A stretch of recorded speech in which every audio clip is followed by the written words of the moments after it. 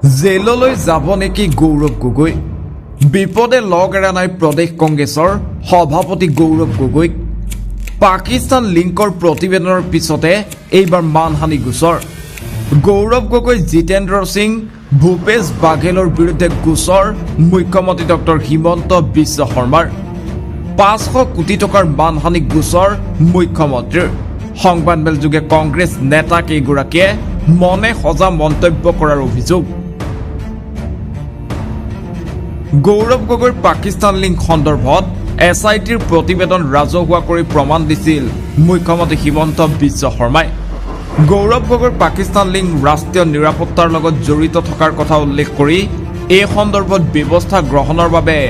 এছআইটিৰ প্ৰতিবেদন কেন্দ্ৰলৈ প্ৰেৰণ কৰা হৈছে কিন্তু মুখ্যমন্ত্ৰী হিমন্ত বিশ্ব শৰ্মাৰ সংবাদমেলৰ পিছতে প্ৰদেশ কংগ্ৰেছৰ সভাপতি গৌৰৱ গগৈয়ে মুখ্যমন্ত্ৰীয়ে মিছা অভিযোগ অনা বুলি স্পষ্টীকৰণ দিয়াৰ লগতে মুখ্যমন্ত্ৰী হিমন্ত বিশ্ব শৰ্মাৰ বিৰুদ্ধে কৰিছিল কেইবাটাও বিস্ফোৰক মন্তব্য কিন্তু সেই মন্তব্যৰ পিছতে জাঙুৰ খাই উঠিছে মুখ্যমন্ত্ৰী হিমন্ত বিশ্ব শৰ্মা মুখ্যমন্ত্ৰী হিমন্ত বিশ্ব শৰ্মাই ঘটনা সন্দৰ্ভত গৌৰৱ গগৈ জিতেন্দ্ৰ সিং ভূপেশ বাঘেলৰ বিৰুদ্ধে গোচৰ ৰুজু কৰিছে এতিয়া পৰৱৰ্তী সময়ত প্ৰশাসনে গৌৰৱ গগৈৰ বিৰুদ্ধে কি ব্যৱস্থা গ্ৰহণ কৰে সেয়া হ'ব লক্ষণীয় কেইদিনমানৰ পৰা কংগ্ৰেছ দলৰ যিবিলাক নেতা তেওঁলোকে কৈ আছিলে যে মোৰ বোলে ক'ৰবাত বেনামী 12,000 বিঘা মাটি আছে মই কোৰ্টত এটা কেছ দি দিছোঁ যাতে তেওঁলোকে লিষ্টখন কোৰ্টতে দিব পাৰে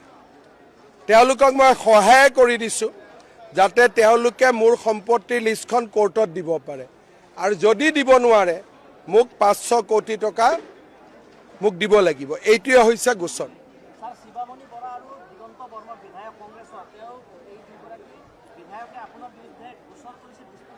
ভাল কথা আকৌ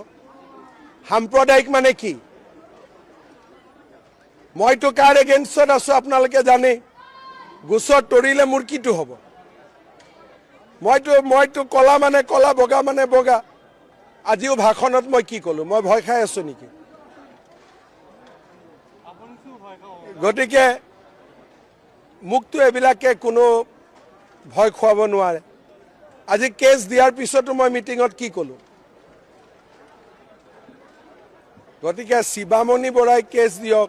দিগন্ত বৰ্মনে কেছ দিয়ক তেওঁলোকৰ মালিক ৰাহুল গান্ধীয়ে কেছ দিয়ক